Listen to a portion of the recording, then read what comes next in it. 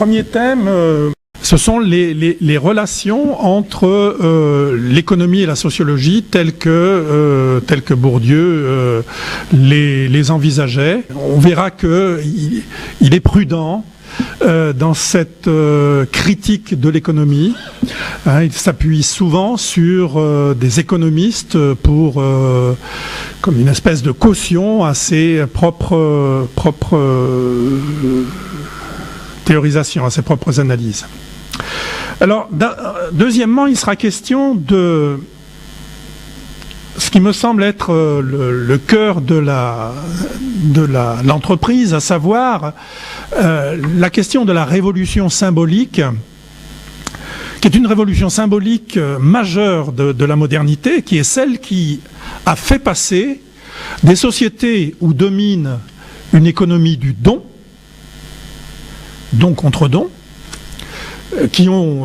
économie du don qui a concerné, si on observe l'histoire, 90%, 95% des sociétés. Comment est-on passé de ces économies du don aux sociétés qui sont les nôtres, c'est-à-dire aux sociétés où domine l'économie du donnant-donnant? Alors cette révolution symbolique, ce sera le deuxième thème.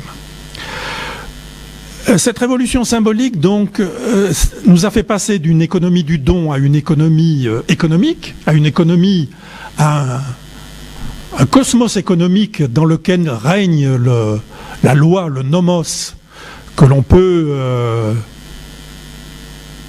illustrer par la tautologie, les affaires sont les affaires, business is business, autrement dit, on est légitimé désormais à faire de l'argent pour faire de l'argent. Donc le troisième thème sera consacré, parce que Bourdieu y consacre beaucoup de pages, à cette économie du don qui dominait dans les sociétés traditionnelles. Alors cette économie du don, on verra que, bon, elle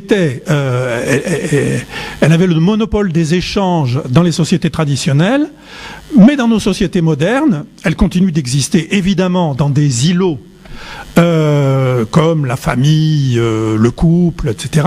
Mais également, dit Bourdieu, dans les milieux, dans les lieux les plus économiques du monde économique, à la bourse, dans les milieux financiers, continue d'exister cette économie symbolique. Et le quatrième thème, ce sera le thème de l'approche théorique qui est celle de Bourdieu en termes d'économie. Comment Bourdieu analyse-t-il, substitue à l'économie des économistes les phénomènes économiques, l'action économique. Alors on verra qu'il substitue à l'homo economicus des économistes son habitus, les dispositions de l'acteur.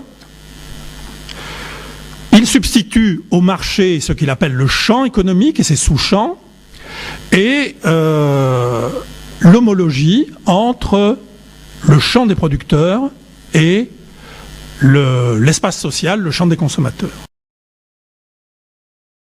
Bourdieu s'inscrit dans une tradition qui est assez ancienne. La sociologie et l'économie sont deux disciplines concurrentes, en tout cas deux traditions intellectuelles différentes. Chez les grands fondateurs de la sociologie, on a à la fois une critique de l'économie et souvent des propositions d'analyse alternative de l'économie qu'on pense. Il y a Durkheim, c'est vrai de Durkheim, c'est vrai de Marx évidemment, c'est vrai de Weber, de Max Weber aussi. Et il me semble qu'on peut dire que ces fondateurs, en tout cas Durkheim au moins parlait explicitement de sociologie économique, cette idée que l'économie faisait partie des objets d'étude des sociologues, et c'est une attitude qui s'est un petit peu peut-être perdue au cours du XXe siècle, ou au profit d'une espèce de partage un peu des objets, les objets économiques, l'étude de la consommation, l'étude l'étude, je sais pas, de l'inflation, l'étude des marchés, des relations entre les producteurs, c'est étudié par les économistes, et puis aux sociologues, l'étude de la famille, de l'école, des inégalités, voilà. Et enfin, je crois qu'on peut décrire le livre à une sorte de retour, enfin, à cette posture, enfin, qu'avaient les fondateurs de la sociologie, et qui consiste à prendre l'économie comme un objet d'analyse sociologique. Bourdieu, au contraire, se démarque de la critique habituelle des critiques que les sociologues font très souvent aux économistes. En fait, il me semble que les sociologues qui visent, c'est pas Durkheim, c'est pas Weber, c'est pas Marx, mais c'est beaucoup plus des sociologues plus contemporains qui peuvent faire effectivement une critique un peu facile de l'économie. Alors je crois, moi, il y a quelque chose qui me frappe beaucoup dans le cours, quand Bourdieu dit l'économie est un champ, il a vraiment le souci d'analyser sociologiquement l'adversaire, entre guillemets, de savoir à quoi il s'attaque exactement, à quel type de discipline il s'attaque, et il y a tout le long du livre une sorte d'analyse de cette discipline assez particulière. Toutes les disciplines n'ont pas ces caractéristiques, où on a une théorie, ce qu'on appelle l'économie classique, puis l'économie néoclassique, qui est devenue très mathématisée, qui est de loin le courant dominant, qui forme comme une forme d'orthodoxie. Et puis on a des courants qui sont plutôt affaiblis encore sur les dernières décennies, inspiration marxiste longtemps, keynésien peut-être dans une certaine mesure aussi. Il montre à la fois que les courants hétérodoxes sont d'une certaine façon tellement faibles qui participent malgré eux, de l'hégémonie du courant dominant, et par ailleurs que le courant dominant a cette caractéristique d'intégrer régulièrement les critiques qui lui sont faites par les courants hétérodoxes. D'où l'image de l'hydre de l'air. Bourdieu il fait une critique, il critique de l'économie dominante, mais en s'appuyant sur les critiques que l'économie elle-même génère dans ces courants hétérodoxes, ou voire même au cœur quelquefois de l'orthodoxie. Et je crois que Bourdieu est très attentif à pas proposer une critique. D'abord, alors il y a une dimension politique, on le sentait dans l'extrait, dans cette stratégie. Il ne veut pas que les économistes disent mais vous ne faites que dire quelque chose que nous-mêmes on a dit, ou que certains économistes ont dit. Mais je crois que c'est pas simplement une stratégie politique. C'est aussi que je crois que Bourdieu a une forme de considération, qui est une forme il reconnaît en tout cas qu'il y a une ambition scientifique très importante dans l'économie dominante. C'est le projet de l'économie classique a été quand même de transposer à l'étude des phénomènes économiques la méthode scientifique telle qu'elle s'était affirmée en physique ou dans les sciences de la nature. Dans certains cas, les anthropologues et les sociologues qui disent on va simplement décrire le marché tel qu'il est, ils font des travaux très descriptifs et perdent l'ambition du modèle. Et cette ambition du modèle qui est très forte, dans les formes dominantes de l'économie, de proposer des modèles, Bourdieu la conserve, et d'une certaine façon, ce qu'il vise à faire dans le livre, c'est de proposer un autre modèle, d'autres modèles pour rendre compte des phénomènes économiques.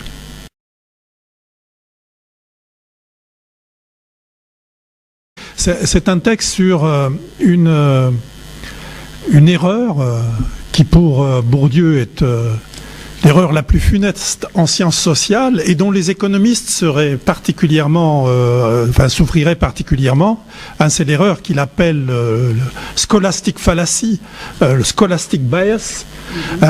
C'est cette erreur qui consiste, pour un théoricien qui se penche sur la pratique ordinaire des individus ordinaires que nous sommes aussi, c'est cette erreur qui consiste à faire comme si les modèles que le théoricien dégage pour rendre compte de la pratique des individus ordinaires, ce modèle-là était ce qui guide la pratique des individus ordinaires. Comme si, par exemple, s'agissant de la linguistique, comme si un linguiste qui au terme de l'analyse d'énoncés bien formés, dégage une grammaire, modèle, pense qu'un enfant de 5 ans qui n'a encore jamais connu un traître mot de grammaire appliquait inconsciemment les règles que le théoricien dégage des énoncés qu'il a analysés. Cette scolastique fallacie consiste à construire un individu à corps d'individu et à tête de théoricien, de calculateur. Même des génies comme Mauss ou comme Lévi-Strauss ont en quelque sorte oublié que pour comprendre complètement la logique du don, il faut réintroduire ce temps qui disparaît dans les graphiques de Lévi-Strauss.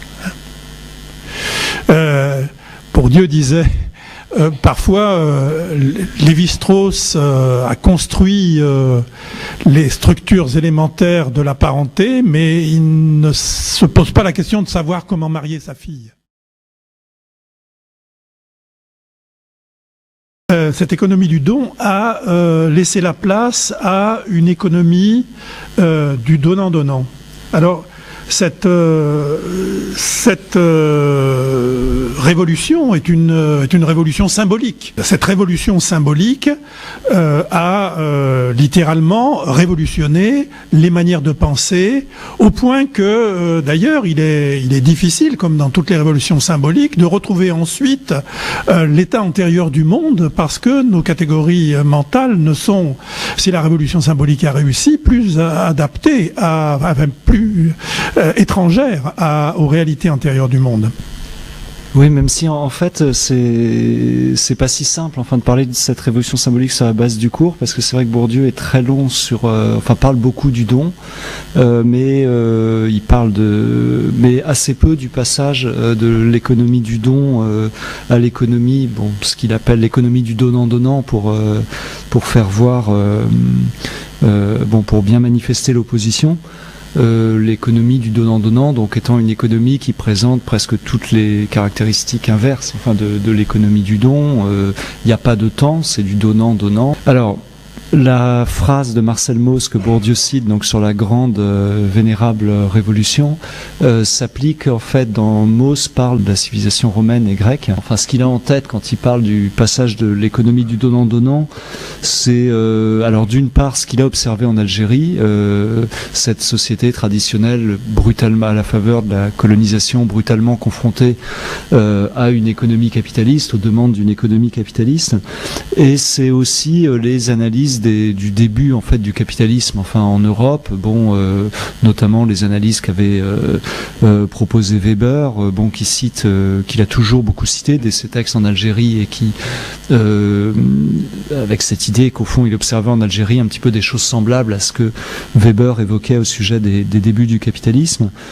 Donc voilà ce que Bourdieu a en tête dans il me semble, dans cette révolution symbolique, c'est les changements liés au développement du capitalisme. Par exemple, le fait que le prêt à intérêt d'un coup devienne licite, soit autorisé. Le fait que, ça c'est un exemple qu'il prend dans ses recherches en Algérie, que le travail est clairement posé comme quelque chose qui est accompli en vue de l'obtention d'un salaire. Il s'agit plus de s'acquitter d'obligations vis-à-vis du groupe, ou on travaille pour gagner un salaire, et ça devient une conduite normale. La norme devient à la fois de chercher à gagner sa vie par le travail, et de chercher à maximiser son salaire, à gagner, comme des acteurs rationnels, en quelque sorte des modèles des économistes. On cherche le travail qui permet le meilleur gain au moindre coût.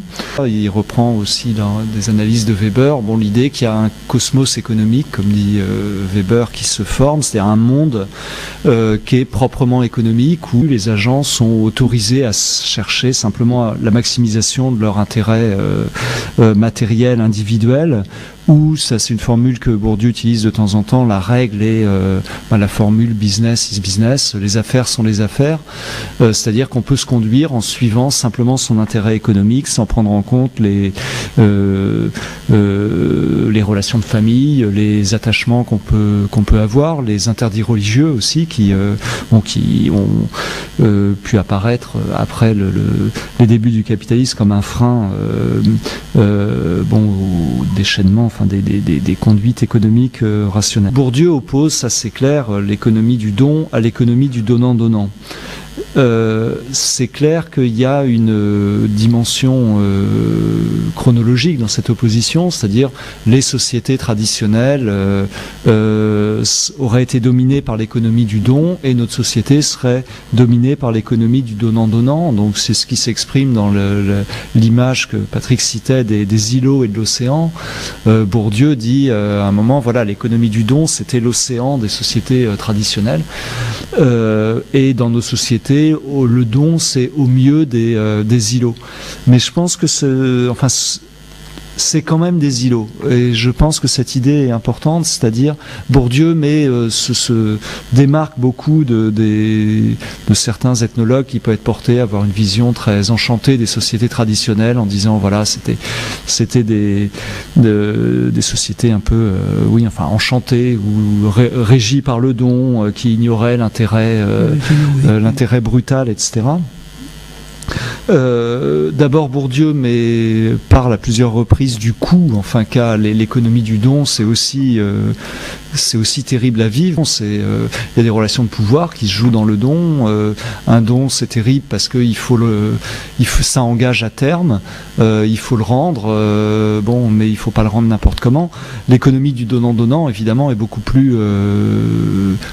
moins contraignante, au moins à certains égards. On donne et on reçoit. Il y a un échange, marchandise contre argent ou travail contre argent, et une fois que l'échange a eu lieu, on est libre de tout vis-à-vis de l'autre échangeur.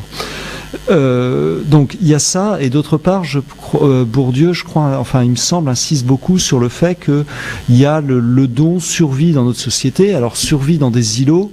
La famille, les échanges entre proches, les échanges affectifs entre proches restent. On continue à se faire des dons. L'économie du don reste présente dans ces univers-là et reste aussi présente. Alors ça, il a consacré beaucoup d'autres travaux dans certains univers sociaux, les univers artistiques, par exemple, tels qu'ils se sont constitués au XIXe siècle. L'art d'avant-garde, par exemple, qui très clairement ne pose pas la poursuite de la recette maximale, ou du revenu maximal comme objectif prioritaire, et qui au contraire peut même renverser la chose et faire de l'échec économique un signe d'élection. Il me semble qu'il y a une dimension politique aussi dans toutes ces questions. C'était le texte de Marcel Mauss, l'essai sur le don, soulevait exactement ces questions politiques là. L'une des questions, c'est est-ce qu'on peut construire une société uniquement sur l'économie du donnant-donnant.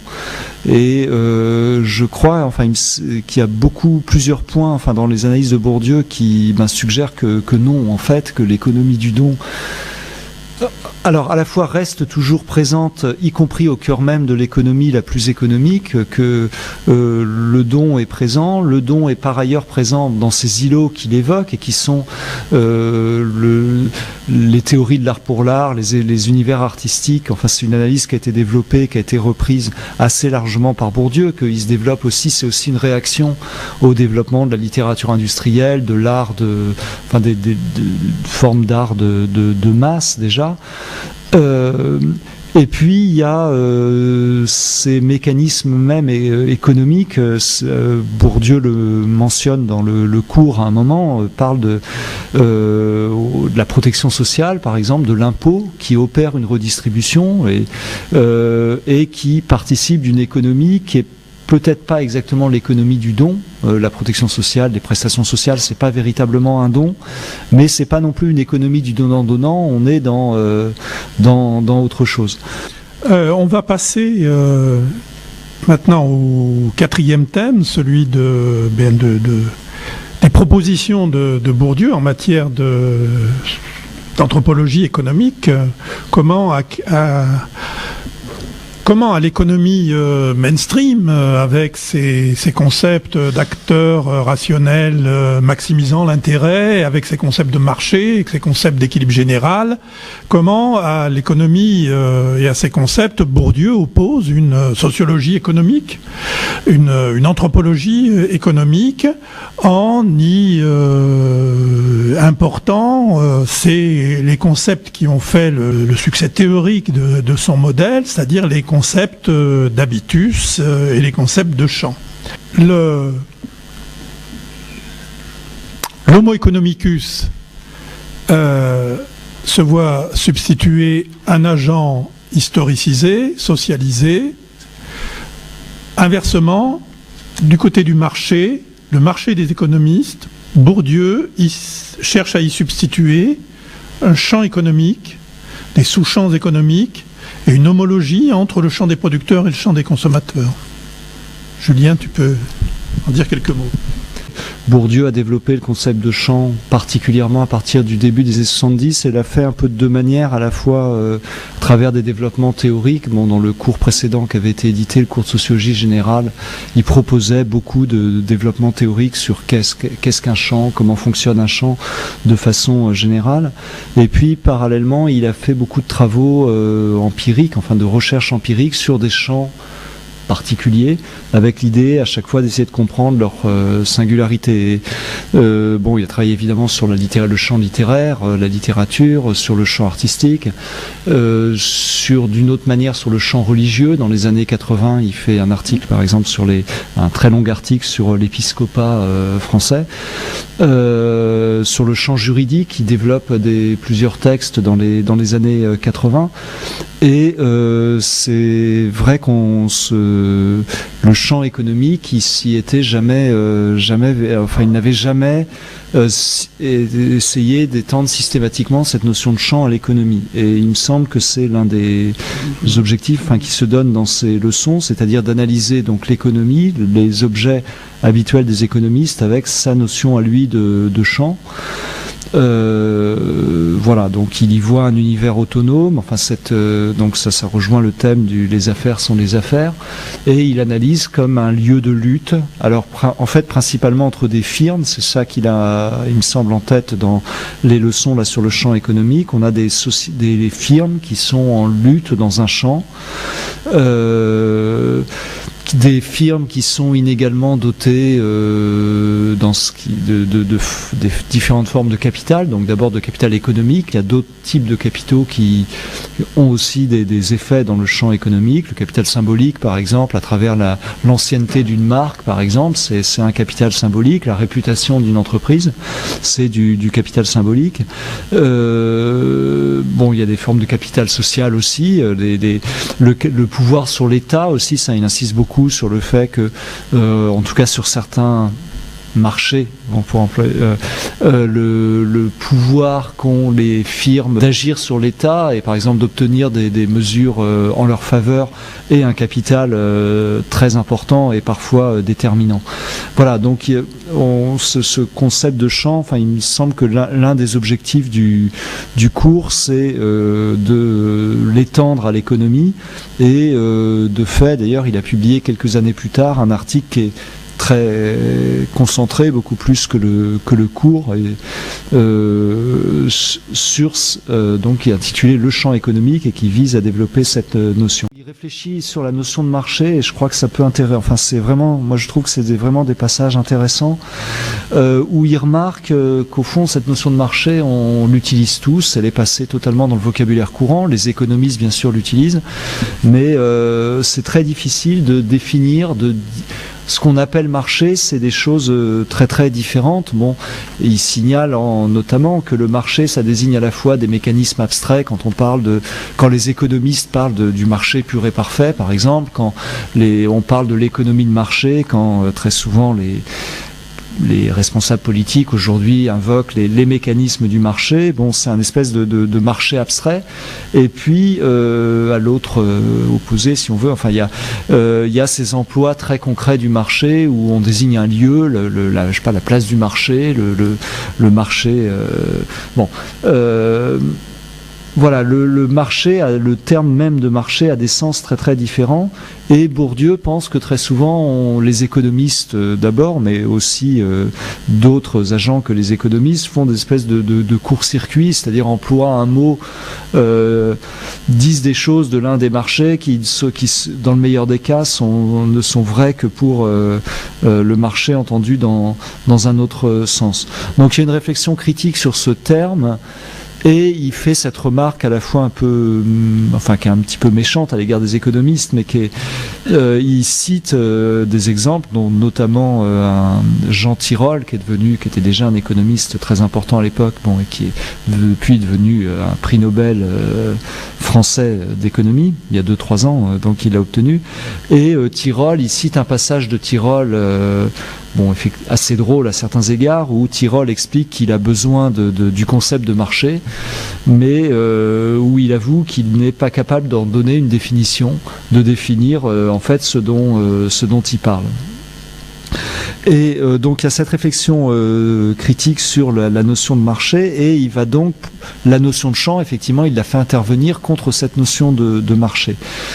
Et il me semble qu'à cet égard, l'une des grandes différences entre les deux notions, c'est que Bourdieu remarque effectivement, quand des économistes parlent de marché, ils mettent l'accent sur le fait, le marché, dans la définition, la non-définition, mais la plus courante, c'est le lieu la rencontre entre une offre et une demande. Donc on a une offre, on a une demande sur un produit, et puis on a le prix va s'ajuster en fonction donc de l'offre et de la demande.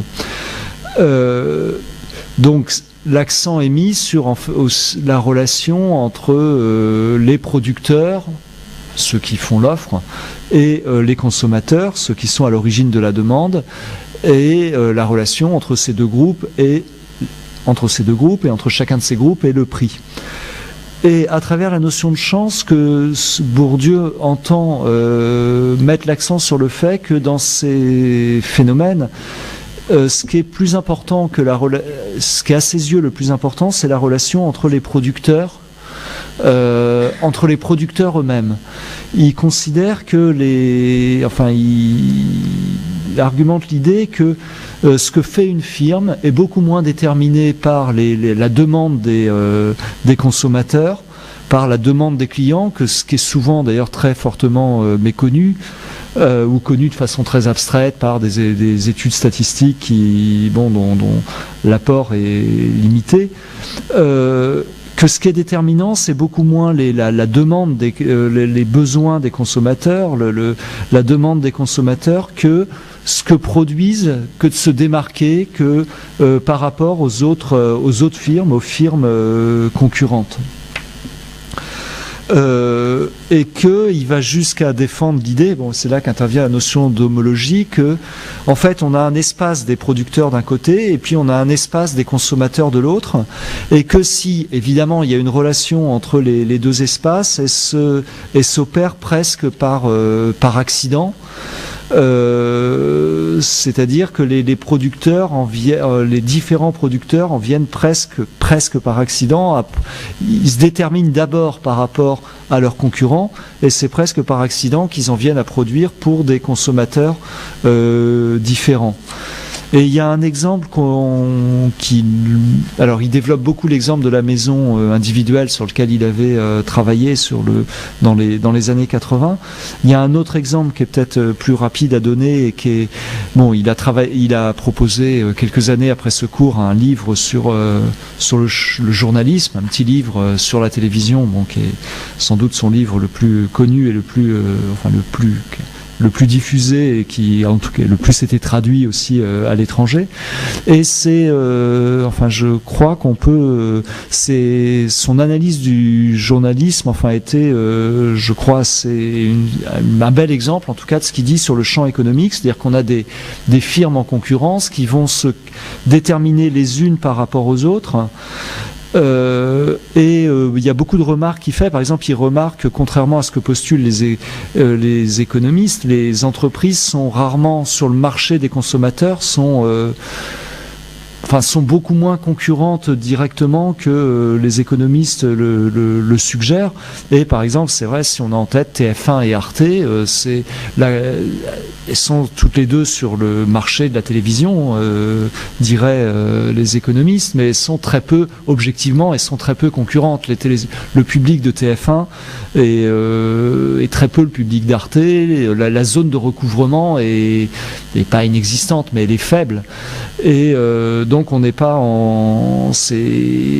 chacune d'une certaine façon à son marché.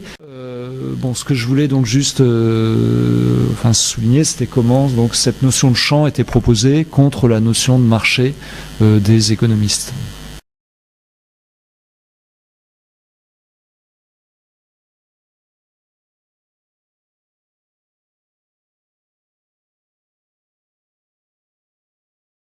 Ouais, bonjour, merci d'abord pour votre présentation.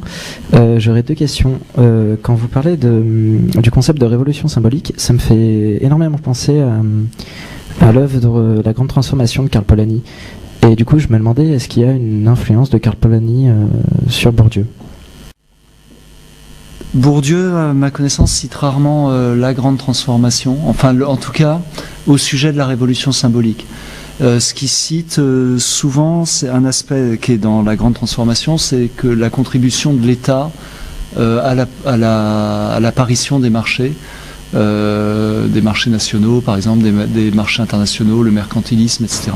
C'est un point qui reprend beaucoup, mais il me semble qu'il cite peu, ce qui est un peu le cœur de l'analyse de Polanyi directement, même si moi je vois pas de contradiction flagrante entre les analyses de Polanyi et celles que Bourdieu fait sur la révolution symbolique. La théorie du champ économique chez Bourdieu, d'abord, elle distingue des sous-champs à l'intérieur des champs qui correspondent grosso modo à ce qu'en langage ordinaire on appelle des branches. Et il cite pas ces travaux-là dans son cours, mais il a analysé précisément certains sous-champs du champ économique, par exemple le champ d'édition. Et dans le champ de l'édition, par exemple, on a un champ qui est un sous-champ économique. Il faut faire du business, il faut vendre des livres. Mais il y a d'autres principes qui ont cours dans le champ de l'édition. Le dominant dans le champ de l'édition, c'est pas celui qui vend le plus de livres, c'est celui qui sort des prix Nobel de littérature. Minuit est plus fort que Robert Laffont dans le champ de l'édition. Autrement dit, dans une réunion où Jérôme Lindon était face à Robert Laffont, c'était Robert Laffont qui s'excusait d'être là. Donc il y a les sous-champs, il y a la firme, mais la firme elle-même est un champ. Et en fonction de la position que la firme occupe dans son sous-champ, les relations qui vont y avoir cours sont spécifiques. C'est par exemple le type de relation professionnelle, le type de c'est ça, le type de relation professionnelle. Est-ce qu'elles vont être paternalistes, néo-paternalistes, managériales, etc. Ça dépend de la position qu'elles occupent dans le sous-champ considéré. Et par ailleurs, comme le disait Julien, il y a beaucoup dans les travaux, parce qu'il faut dire que ces théories économiques ont été appliquées par Bourdieu dans des travaux empiriques, sur des objets empiriques. J'ai en tête, moi, deux objets. Celui de la maison individuelle, qui a donné lieu à une très, très grosse recherche empirique, et puis celui sur l'édition. Et là, on voit bien comment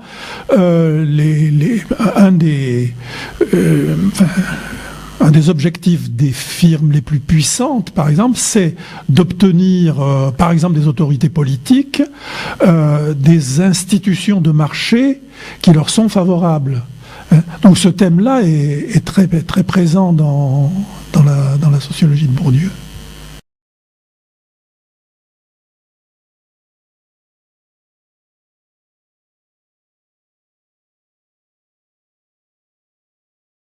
Merci. La question que je me pose est la suivante. Est-ce que, malgré l'effort évident pour historiciser l'économie, est-ce qu'il n'y a pas paradoxalement quand même chez Bourdieu un risque de naturalisation de l'économie actuelle dans des expressions comme économie économique, le champ économique, autonomisation du champ économique, etc., comme si l'économie, dans son essence, dans sa pureté pas encore atteinte dans les sociétés où règne l'économie du don, était l'économie où les acteurs, les agents, cherchent explicitement un profit matériel et monétaire individuel, où règne le business, un petit peu comme si l'économie et le business c'était la même chose.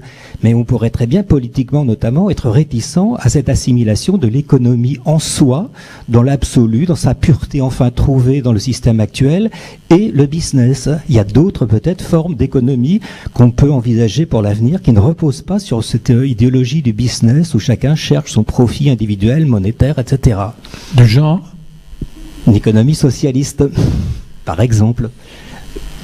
Bourdieu inscrit ce mouvement par lequel l'économie devient proprement économique dans un mouvement général qui avait été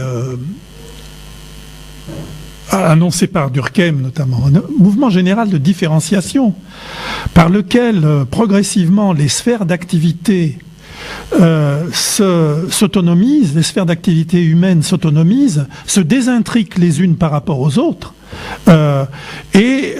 pour qu'au terme de ce mouvement, l'économie devient vraiment économique, l'art devient vraiment artistique, etc., etc. C'est-à-dire que je pense qu'il inscrit ce mouvement d'autonomie jamais réalisé, encore une fois, jamais parfaitement réalisé, de l'économie dans un mouvement de différenciation des activités humaines. Dans cette économie, dans les sociétés traditionnelles, tout est un peu intriqué. C'est-à-dire que dans un échange qui, à nos yeux, apparaîtrait comme aussi notamment économique, il peut y avoir du diplomatique, du religieux, etc., etc. Une autre manière de le dire, c'est que dans certaines sociétés, par exemple, le chef est à la fois chef militaire, chef religieux, principal intercesseur entre les hommes et le sacré. C'est dans ces greniers que sont accumulés les surplus. Il est juge suprême. C'est vers lui qu'on se tourne quand on a épuisé les ressources locales en matière juridique, etc., etc. Et puis progressivement, l'ensemble de ces activités se désintriquent les unes les autres. Il se crée un champ purement juridique, un champ purement militaire, un champ purement religieux et un champ purement économique, dans lequel règne alors ces champs, l'autonomie de ces champs, une des manières par lesquelles elle se manifeste, c'est par ces tautologies. Quand, je sais pas, c'est Théophile Gautier a parlé de l'art pour l'art. Voilà, l'art pour l'art est le signe de ce que cette activité qui longtemps a été, à la Renaissance, il n'y avait pas de différence entre un artiste peintre et un artisan en peinture. Et progressivement, ces activités se sont désintriquées l'une à l'autre et l'histoire a accouché. L'histoire a accouché, pour parler vite, d'un espace artistique autonome dans lequel règne l'art pour l'art. Et l'histoire a accouché je ne sais pas les mots de Bourdieu, mais c'est pour parler rapidement, d'un cosmos particulier dans lequel règne la tautologie et business is business.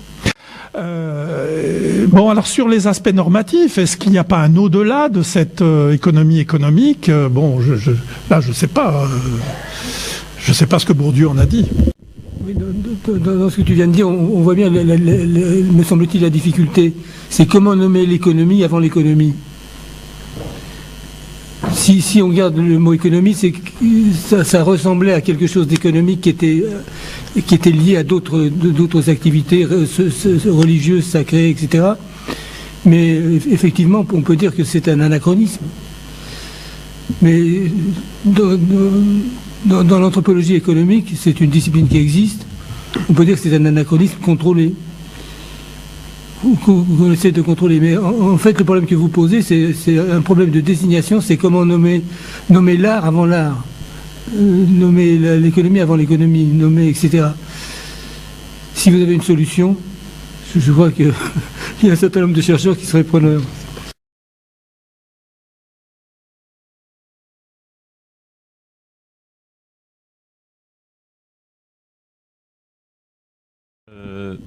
Déjà, effectivement, alors ça tombe bien que vous parliez d'anachronisme juste avant.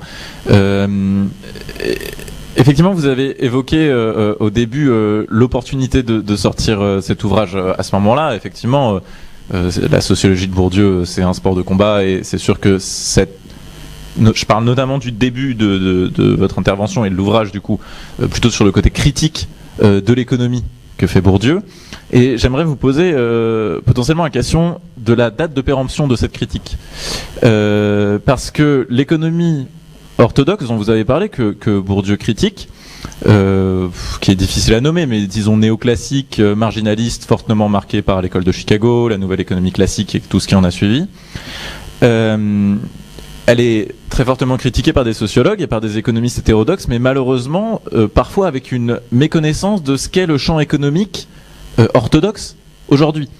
Même si ce n'est pas complètement vrai, il y a une grande partie du champ économique aujourd'hui qui s'est réorientée justement autour des neurosciences, de l'économie expérimentale et d'une tentative de fonder scientifiquement, entre guillemets, l'anthropologie justement économique des individus.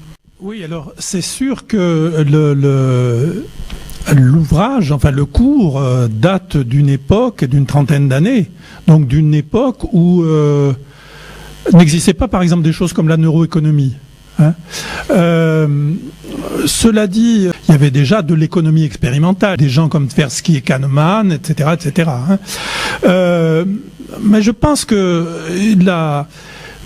des choses comme la neuroéconomie ne sort pas de l'impasse que désigne Bourdieu en parlant d'un individu qui n'est pas historicisé, etc. C'est-à-dire qu'on a l'impression que l'économie mainstream n'accepte de s'amender que dans des limites très étroites. C'est-à-dire que les neurosciences, ça continue d'être des affaires de laboratoire, hein, c'est-à-dire on met des individus face à des situations de laboratoire et on n'en fait pas pour autant des individus historicisés, des individus socialisés, etc. Évidemment, à l'époque, il y avait déjà une critique comme celle d'Herbert Simon sur la rationalité limitée, vous voyez. Mais toutes ces entreprises-là d'amender le système, à mon avis, ne font pas de mal à une mouche. Et ce serait ce que Bourdieu appelle une entreprise équivalente à celle que Tycho Brahe avait faite à propos du système géocentrique. C'est-à-dire que, vous savez, Tycho Brahe, c'est quelqu'un qui a construit un système extrêmement compliqué avec le Soleil qui tournait autour de la Terre et les autres planètes qui tournaient autour du Soleil. Ça donnait un truc épouvantable, tout ça pour essayer de sauver le système géocentrique. Bourdieu emploie souvent cette analogie pour désigner ces entreprises faussement audacieuses visant à amender le modèle mainstream, modèle marginaliste néoclassique. Je pense que les cours de Bourdieu sont des cours, comment dire, qui apprennent à penser. C'est-à-dire ils sont plutôt une invitation à faire le boulot sur la situation d'aujourd'hui avec ces concepts. Et donc ce qu'on apprend dans le cours, outre ce qu'étaient les controverses à l'époque de Bourdieu, c'est la manière de travailler de Bourdieu, et encore une fois qui est une invitation à analyser la société actuelle. J'allais dire c'est un problème qui se pose d'une manière générale aux disciples. Moi j'ai le sentiment que l'économie change, les grands rapports de force en tout cas changent pas très très vite. Voilà, c'est juste un sentiment et voilà. Donc voilà, de l'extérieur, j'ai pas le sentiment. Robert Boyer, il y a une postface de Robert Boyer qui insiste plutôt sur les changements qu'a connus l'économie récemment par rapport à la période où écrivait Bourdieu. Moi, j'ai l'impression que c'est quand même pas des changements vraiment décisifs tels qu'on pourrait dire que le propos de Bourdieu est périmé. Voilà. Mais